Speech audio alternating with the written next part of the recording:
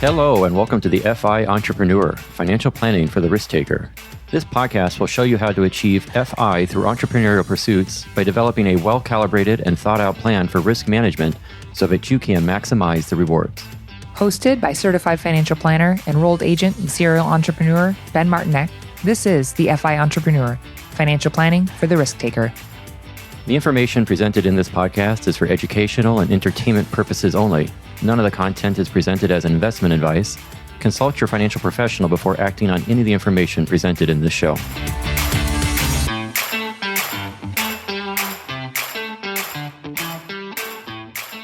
Hello, and welcome to the FI Entrepreneur, Financial Planning for the Risk Taker. Good to have you, everybody. It's awesome to be here again. We took a momentary break. You may not have seen this because there might not be much of a break between episodes 15 and 16, but we had to take a break because we are just coming off of a busy tax season. But we're back at it and super excited. Today's episode is keeping the FI in the FI Entrepreneur. What are we talking about? This is kind of crazy town, isn't it, Andrew? Like, we are talking about finding financial independence as a business owner. Does that even exist? Like, are we just full of ourselves? Like, what are we doing? There's definitely a fair bit of hypocrisy baked into that title, or maybe we're just not as good at entrepreneurship as we think we are. Yeah, there you go. And keeping the FI in FI entrepreneurship is more about the I part of it, right? The independence, or really the freedom. How to build a business that's not going to eat your life and set boundaries and have a good work-life balance. It's something that we're all striving for. In the financial planning industry, they often call that kind of practice like a lifestyle practice. You hear these glorified stories about planners that only work maybe 6 months a year and, spend the rest of the time in timeshares and tropical islands with umbrella drinks. I've never met one of these unicorns. Have you? I know, that's right. Wait a second. Are these marketing promos? I mean, does this person even really exist? I'm pretty sure it's someone that delivers massive value. Yeah, that's right. Massive value. There you go. That's an illusion if you guys are unaware. Yeah. A little inside joke. We won't say more. We might get ourselves into trouble. If you're a financial planning nerd, you might have gotten that one.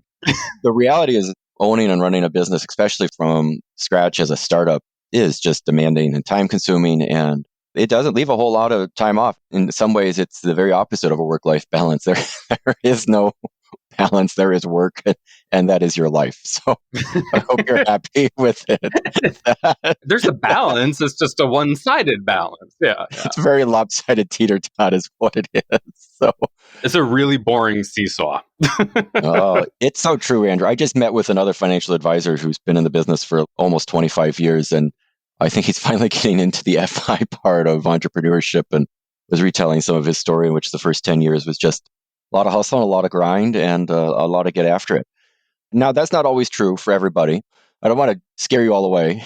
It's certainly possible to see success from the get-go. And we have heard stories and seen people do that. In fact, we've got one client who's doing fantastic in a transition from a W-2 wage earner over into being his own company, really.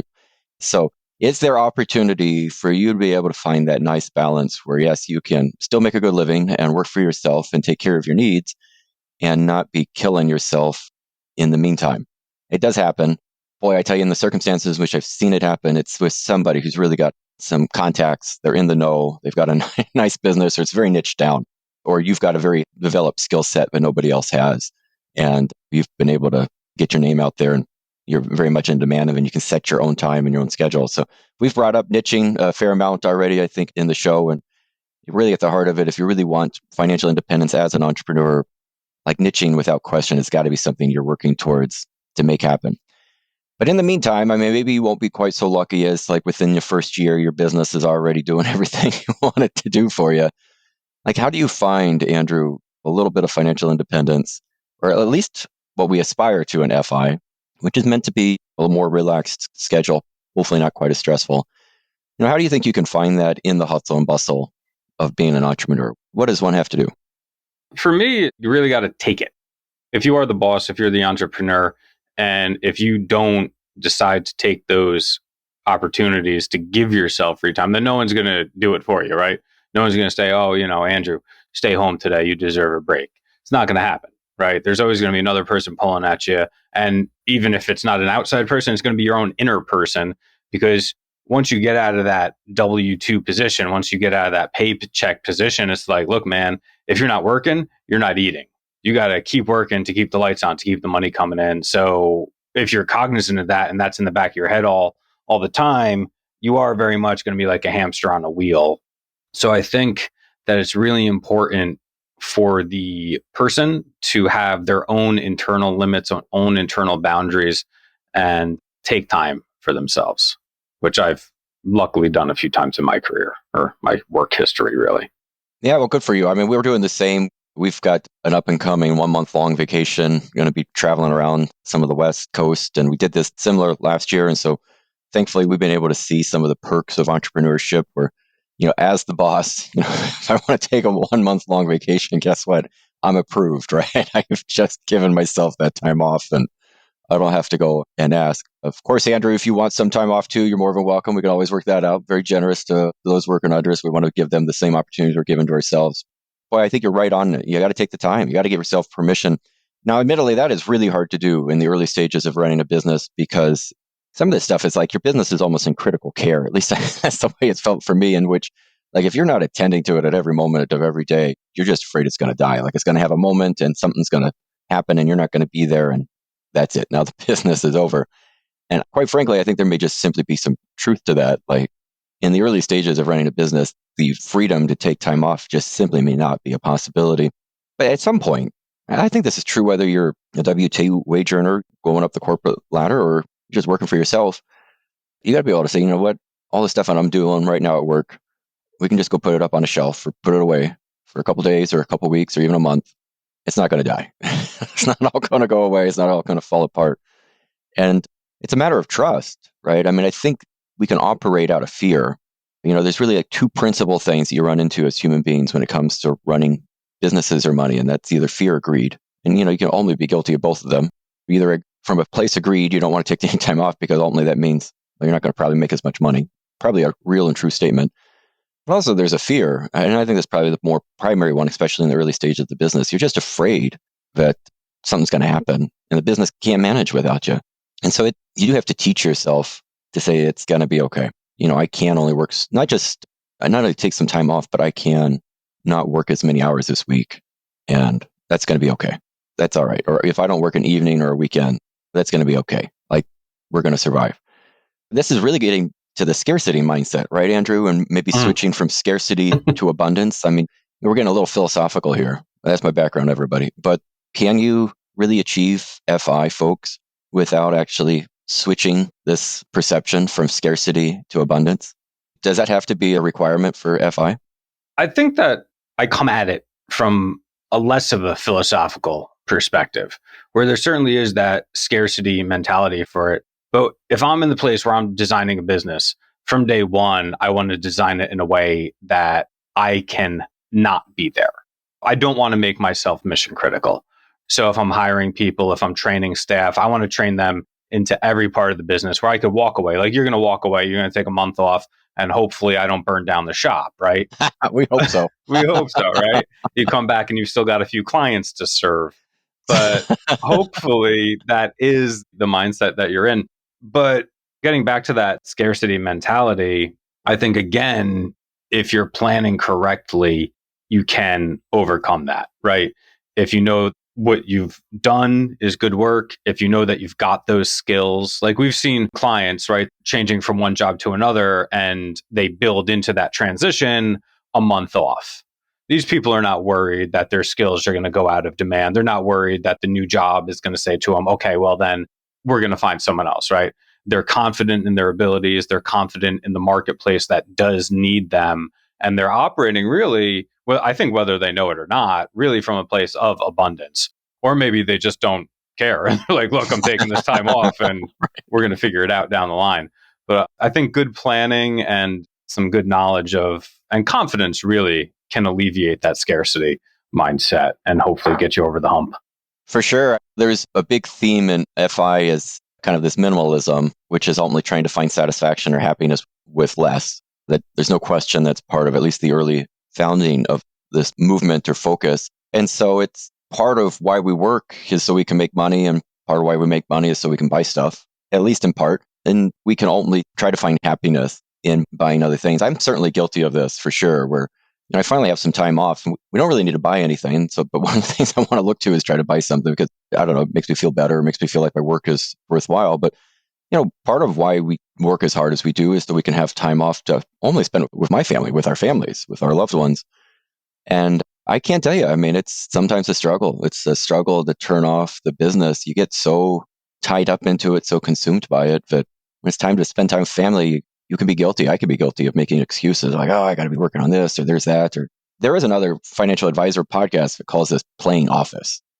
Like you can be guilty of just playing office where you don't really need to be there. You don't really need to be doing anything. Everything's actually really fine, but it's like, you don't really know where else to go. Like you become so accustomed to working that like to not work it's just weird. Like, what do I do when I'm not working? That's the funny part. Do you have any hobbies right now? Like if someone said to you, you've got 6 days free, what are you going to do? I'm going to work on my sailboat. That's what I'm going to do. Yeah. I'm going to go work. I'm going to go work. Yeah, exactly. I'm going to go work.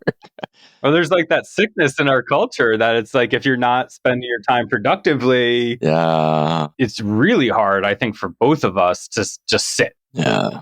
It takes me a week to watch a movie. I'm notorious for it. I'll watch 20 minutes and I'll like get up and go play Office because I can't sit there. I'll be like, oh, I should be reading a trade publication or listening to a useful podcast. Like if I'm not actively pursuing something, it's really hard to sit, right?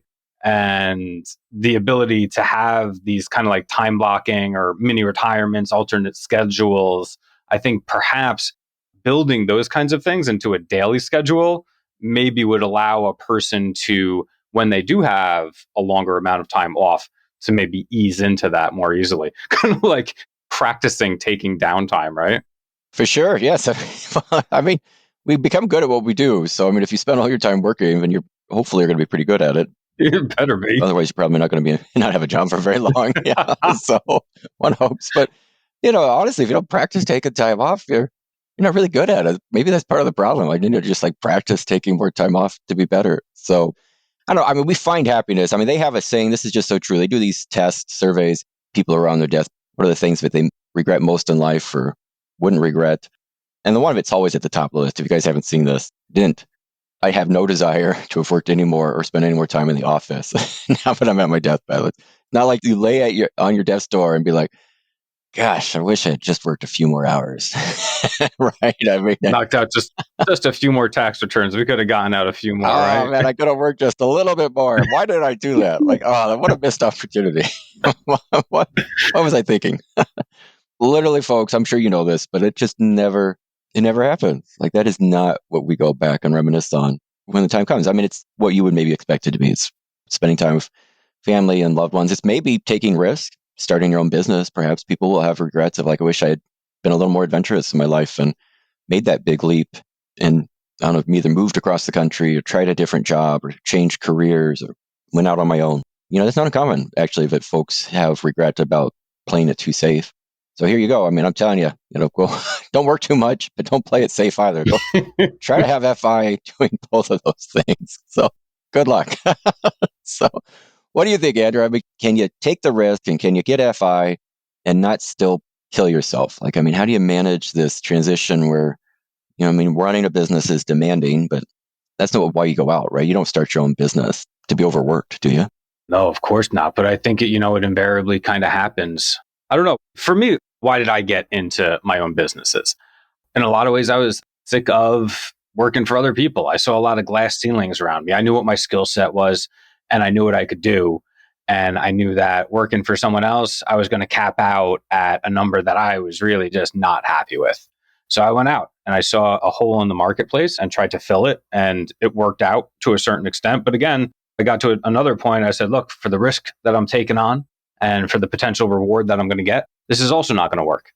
So why do we get in this? I think it really does come down to wanting something better, wanting something more. And for me, really just a sense of dissatisfaction. So going out and chasing what you want, I think that's the only way I know how to be. And so the work, sometimes it's like an expression of that. And I've always believed, I grew up and if it was easy, everyone would do it, right? So how bad do you want it? Show how bad you want it and go out and get it. So in a lot of ways, I don't mind the work, but sometimes it can become a bear. Sure. It's its own form of stress. I can remember previously when I was working in a W-2 wage setting, when I was driving truck for someone and we'd run into some sort of problem and things would be a bit of mess, but it was getting to be the end of my shift and it'd be like, well, clocking out's not my problem. It's somebody else's, right? I mean, passing it on to the person who owns this thing, which it's not me. So see ya. I mean, you could, as a W-2 wage earner, pretty easily detach from like, whatever. I've done my bit. You asked me to do this. I did it and put in my time. And now it's time for me to go home. The reality is, as a business owner, like you're the person where that buck stops. So if you want, it is now your problem. If someone's like, hey, I can't, all those problems the staff might be having, hopefully are coming your way. So it is, in light of that, I mean, it is challenging. It feels like it's unending and perhaps relentless. And it's just like, gosh, it just never seems to end, which I think, I've talked to plenty and met with other entrepreneurs. I think that's just the nature of the beast. You want to be out on your own? Well, guess what? You are the one in charge. So the beauty of that is you're the one in charge. The problem with that is you're the one in charge, right? Yeah, right. You want to steer the ship? Well, you're going to have to row it too, right? Yeah, No one's out there helping you. that's right. It's all yours. Brought up earlier in the episode, this notion of, from the beginning, though, this is a matter of design. You could certainly create yourself a hamster wheel in which you run on this thing endlessly and just pretty much kill yourself on it. But no one really sets out to be that. And really, the aspiration of being an entrepreneur and really the FI entrepreneur, what we would want you to have is, by design, you're going into this where, yeah, maybe for a time there is a hamster wheel. That certainly has been the case for me. Like, there's just no doubt about it. We've been running on the hamster wheel. But there is a time in which we can get that hamster wheel to stop and put it away and say, let's start to enjoy the other side of this, the benefits. Only I can take time away, or I get to set my schedule, or I can hire this out. I can find someone else on the team to help do this work. I'm the one who gets to make those decisions. And having that control, it has its level of responsibility and scariness and, oh my, but it is certainly empowering. And it's, quite frankly, it's awesome. Like, I mean, there are days where it's just like, damn, this is cool. But this is what has happened, that I've got these businesses and they're working for me and I've got some great team members and we've got good things happening. I can take some time away. Not a big deal. When you get to the other side of this, it really does just start to get to be awesome. And I can't say I'm quite there. Like, we're getting there. We're getting around the corner. But we are seeing some really nice things happen. I think it's something when you can start to look back on, gosh, it's a lot of work and a lot of sacrifice. But hopefully I'm feeling more and more this way. Gosh, this is really starting to be worth it. So what are your thoughts there on all that, Andrew? Well, I think that's a fantastic point, and a lot of that is really cool to see. I came on about a couple of years ago now, and both businesses were just at very, very different places. And I think that seeing the future is going to be even more exciting. But to really speak more to your point of design, right, is you got to have the people. I think number one thing is the people and the systems, right? You could have the best people in the world and shitty systems, and it's not going to work out, and vice versa, right? So being able to design everything from the ground up and have the people that you trust. And there also, I think it comes back to that scarcity mindset.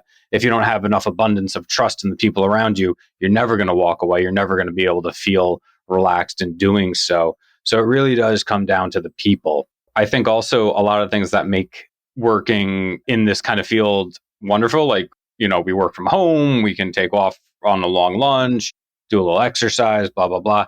But also, those are the things that also make it a little bit difficult, because you do work from home, right? Your office is right there. It is very hard to turn it off.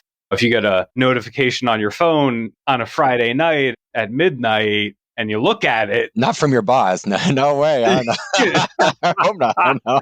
If you look at it, it's going to be hard to mentally turn that off. It's much harder. Even though I'm technically a W-2, sure, it doesn't feel that way, right? You want to get the work done. You're not just signing off with the project not done. At least I hope I'm not. 'Cause I don't think I'd have a job for very long. It's not that kind of situation. It's not a situation where there's a lack of accountability. Like, if I don't get the job done, I know whose plate it's going to fall on. It becomes pretty clear someone didn't do their work. When there's only 3 people in the train, that's right. You don't have to do a lot of troubleshooting. Yeah. Let's think about this. Let's figure out. Yeah. But having those systems and having the people is the biggest curse and the biggest blessing. Because once you do find that good team And I see this true of a lot of my friends are in now different industries, the hospitality industry, the education industry. And you can see that the personal connections, the personal relationships, and that training is the most important part of all of this, I think. Yeah, training, and we've brought this up, but I tell you what, what's just really echoing around for me is this notion of boundaries and having the ability to say no. So, I mean, changing your mindset, like we're going to be fine. I can take this time off. We don't have to be working constantly. We'll be okay. So switching from scarcity to abundance, that's a pretty big deal. Having some boundaries in place, but I'm losing my health. Focusing on really what is important in my life. We haven't seen this directly in our own work, but I have a financial advisor in which a friend of mine, in which one of his biggest clients was a business owner. And quite frankly, he really worked himself to death, quite honestly. He ended up coming to a point in his life where he was very successful and had only accumulated quite a bit of wealth, and was able to step away from all that and sell it and go into retirement with, I think, like $40 million. So not a small amount of money. So financially speaking, you'd say had been very successful. Like there really would be nothing you would hold against somebody. If I came to the end of my life having achieved $40 million from my life's work and effort, I'd feel pretty good about myself. I would imagine many people would do. I don't even know if I'd have to get to 40 million to feel good about myself, but it's certainly at 40 million, I'm feeling pretty good, right? But the sad reality is the gentleman really, his health took a toll, and he was largely left homebound. Like he spent the rest of his days in retirement, unable to do very much because his health was lost in that pursuit. And, it really puts a price tag on your health. Like, would you want to trade places for this with this individual where you've got 40 million in the bank or assets or whatever, but you can't really do anything with it? Seems great on the front. Yeah, it's pretty useless at that point. He should have stopped at 10 or 20. That's a heartbreaking story. Do you know how old he was when he retired? And, at that point, it's like you've made this money and your body is not working. So you've really just trapped yourself in a gilded prison, right? You got all the money in the world, but no way to really enjoy it. That's heartbreaking. Yeah, it really is quite sad. And I suppose I bring it up because one, it's real. And it did happen, unfortunately, to this individual. If you're not willing to trade your health for this person, if you wouldn't be willing to trade spots, I mean, what kind of value does that place on your health then? Like you're already walking around with $40 million asset in yourself. Like if you're not willing to trade that around. So like go ahead and put that on your balance sheet and say, hey, like my health is pretty dang important. And I've already actually won quite a bit by the sheer fact that I'm in good health and I've stayed healthy. Let's make sure we're taking time to take care of that asset. We don't always do a whole lot of focus on that in our financial planning meetings, but I really wish we would because it's not untrue. Like, I mean, this is one of the most important things about your whole life is your health. And money can only do so much for you. Just because you have a superabundance of it doesn't change its limits. It can't give your life back, can't give you your health back. I think the FI in financial independence, like we do these things, we're seeking a place of financial independence. So 40 million would have made you FI. Oh, yeah. 40 million without your health. Does that make you FI? What does FI need to be for it to be FI? I suppose is a bit of a question I've got rattling around in me. What do you think, Andrew? I think that everyone defines that for themselves, and having those boundaries that you talked about, investing in people and services that save you time, right? Maybe spending a little bit of money for you is that independence and that freedom, not having to clean the house. Or like you said, going out and spending a little money on something you would like to. You might not get up to that 40 million number, but maybe you don't need to be that high. Or, taking some mini retirements here or there are going to decrease your overall, score at the end of your life. But again, they're going to keep you happier. They're going to keep you healthier. For the most part, myself, I've been able to watch my young son kind of grow up over the past 4 years.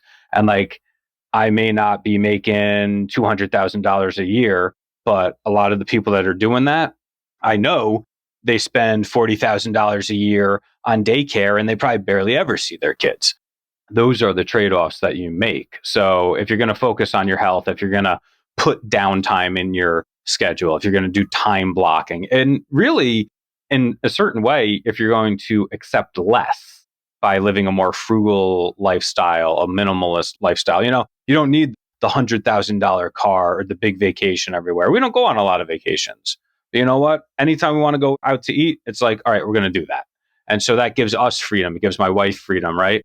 And so I think there's a lot of gauges and a lot of dials that each person needs to kind of hone in on and decide what is freedom for me? What's important for me? And then find the way to make that happen. For sure. Yeah. I mean, I think everything you just said there is really spot on. At the end of the day, it's okay to spend this money. It's a little bit of the inverse, right? I mean, if we're saying it's okay not to make the money, then also it's okay to spend it. And we can't have a situation where folks are pretty good about sowing, as they say, but not really good about harvesting. And so as you work towards FI, I think one of the scary things that people can have is we spend all this time like accumulating this nest egg, and now we've got a chunk of money and we can transition. It's like, oh man, can I spend this down? We don't want to do portfolio depletion or anything, but we're afraid to put any demand on it because really we've spent our whole life trying to get it up there. And if you do start putting some demand on it, you're definitely going to stagnate or stunt the growth of the portfolio and what it could do for you. But why else did we do all this? I think that's a great mental picture. The picture of like a field and you're growing your corn or whatever else. And, it's getting bigger and bigger and bigger. If you don't harvest some of it, one, nothing can grow underneath it, right? You've got no ability to have other things. And then two, it's just going to lie fallow in the field. It's going to rot in the field. So it's like your money in your life is kind of like that. You can't just keep planting and watering. You've got to sometimes take some stuff off the table and give yourself some nourishment, really, right? Yeah, that's it. I think we've come to it, Andrew. How keeping the FI and FI entrepreneur is willing to spend your money. To spend your money, spend your time. We talk about spending your time, but I mean, it really is like we're putting it towards other purposes other than productivity and making money. And that's okay. If I had to communicate something to everybody, like, it's okay. It's okay for you to take some time off. It's okay for you to not work as hard. It's okay for you not to accumulate as much. It's okay for you not to take that career or that promotion. Like, it's okay. Like, you're not going to just die if you don't do this, right? So let it go. I mean, it's not worth it. I certainly don't. And I'm saying that to you, just saying that to myself is just as much as I am to everyone listening to this, because I need to hear it. I need to hear it too. Yeah. I need to know that it's okay for me to unplug and like, look, it's going to be fine. It's cool. Well, as we record this on Friday morning, we're ready for a good weekend. Heck yeah. Keep it in mind. Hallelujah, brother. I mean, I am ready. It's been busy. We are still just a couple weeks after tax season's been over, and it's been very busy weeks and full weeks. We're a lot going on. But we're recording this in early May, depending on when it comes out. But yes, it's early May, and it's been a heck of a tax season. We did a record number of returns, and I'm definitely proud of the effort that we put in, especially Ben. And so, yeah, but we're both like, time for a little siesta. Yeah, we could use some weekends. Let's take some time. And I'm not sure what that. I'm going to go sailing is what I'm going to do. There you go. It's a little too early yet here up in the Northland to go sailing. It's a little too cold, but I'm getting my sailboat out. And it might be a little cold on that lake, huh? Yeah, getting it ready. I'm getting ready. I'm looking forward to it. Summertime's here.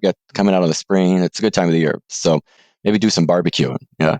Guys, if you recall, Andrew, he's a big foodie. So it is never too cold to barbecue. We actually haven't seen any of that lately. Yeah. So I've got a pop-up planned. Right. By the time this comes out, I'll probably be making some pizzas. Sweet. And burn some dough. Now, you're going to have to do a little pop-up once you get into the States. I'd love to have a little taste. There you go. It better be good. That's what I'm telling you. It better be good, because you've been talking about it for a long time. We're going to have to get some commenters. Anyone that's listening that's tasted something, I need some backup here. Yeah. Give us the real. Tell us what are we really going on here? Yeah. If they're one of my guys, they'll be real. All right. The good, the bad, and the ugly. Oh, yeah. My Yelp reviewers are not great. Yeah. Well, you always have a few cranky folks. Can't get around that. The crankies are there just to make the rest of us feel good about ourselves. So that's what they're there. So, well, folks, thanks for joining us for keeping the FI and the FI entrepreneur. We're going to turn it back into some other financial planning topic aspects of how to continue to grow your business and make entrepreneurship work for you. Because that's what this show is all about. So until next time, we'll see you. You guys take care. Best of luck and good fortune.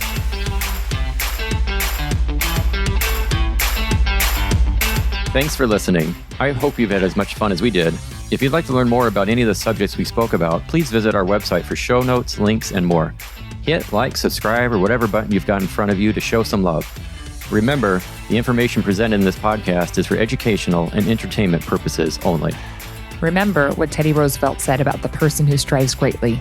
If he fails, at least he fails while daring greatly, so that his place shall never be with those cold and timid souls who neither know victory nor defeat. Until next time, Keep striving. Thanks again, and be well.